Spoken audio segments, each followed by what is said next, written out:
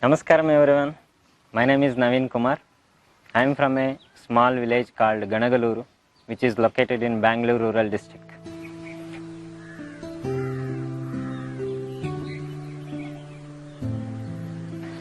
Agriculture is the main occupation in this region. I also from a farming background. When I am 2 years of age, I lost my father. And it became very difficult for my mother. The situation became very tough. Slowly she moved away from the farming and planted all eucalyptus trees. 20 years later, after finishing my graduation, my heart was still longing for doing farming. So I decided to dig a borewell. I dig a borewell up to 1300 feet, but I did not get the water, unfortunately. So when I look back 20 years, there was a plenty of water in my farm at just 250 feet. Now 1300 feet, I did not get any water. It sort of disappointed me. Then I started as a school teacher and I worked about 5 years there. Meantime, I was thinking, I don't have water, but I want to do farming. Then there is a eagerness in me that I want to do farming with less water because I don't have much water in my farm. I come across Rally for Rivers and Kaveri calling campaign, in which the Sadguru talks about how to grow a high value timber trees in your farmland with very less water, which sort of connected me. And also he explained how we can improve the soil fertility and how we can improve the ground water tables, everything which made me to get into agroforestry. Without the second thought, I decided to do agroforestry in my farmland.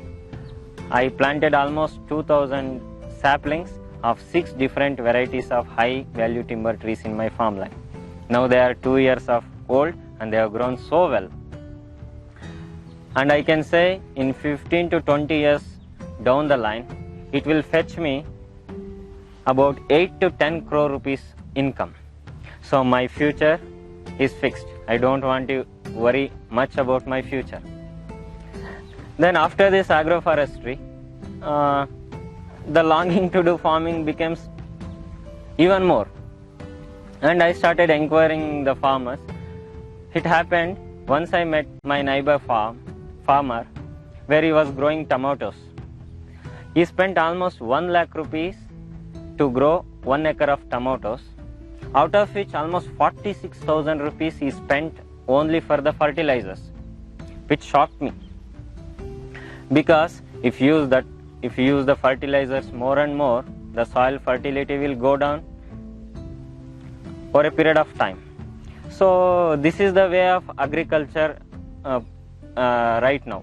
Many farmers are putting fertilizers and chemicals lakhs together in their farm. So if this is the case, in 15 to 20 years our soil will become barren and we can't grow anything in that soil. Having 1.3 billion population in our country, it will become very difficult for the farmers to grow. And thinking about this, how can I do farming without any fertilizers? Is there any way? And is there any way to improve the soil fertility? These are the kind of questions which started arising in my mind.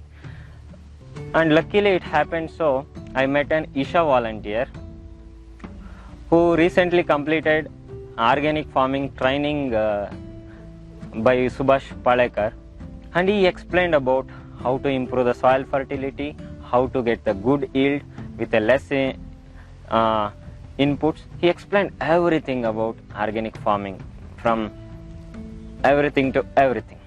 Then my longing to do farming became more and more. So I resigned the job in 2019. That was the pandemic time. And one thing I realized was, during that pandemic time, our health is directly dependent on fertility of our soil. How fertile our soil is, that's how healthy we are.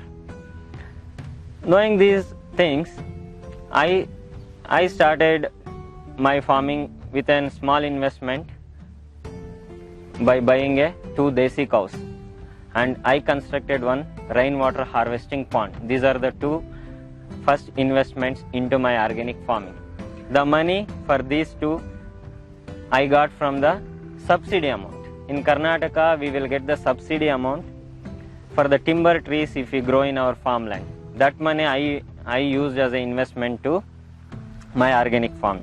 With the desi cows, I prepared Jeevamrutam, I prepared manure, and I prepared my own pesticides, everything, and I started growing almost 25 varieties of greens and vegetables. I got a good yield and very wonderful taste and quality greens and vegetables. Whoever eats that, they all give me feedback saying that the taste is so wonderful, and the food you grow, the greens and vegetables you grow are very wonderful in taste and very nutritious. Every day I am selling greens and vegetables, which is giving me around 1500 to 2000 rupees per day income. And now I can proudly say I am earning more than what I was earning as a school teacher. Not only that, now I am able to give minimum 3 to 4 people labor every day. I can create a local employment. Not only that, addition to this, I have started livestock like cows, goats, sheep, fish and chickens, which is a sort of intermediate income. Along with this, my income has gone up so well. And one more good thing about organic farming is wherever I go in my farm and wherever I see, I can notice earthworms. Earthworms are the signs of good fertile soil.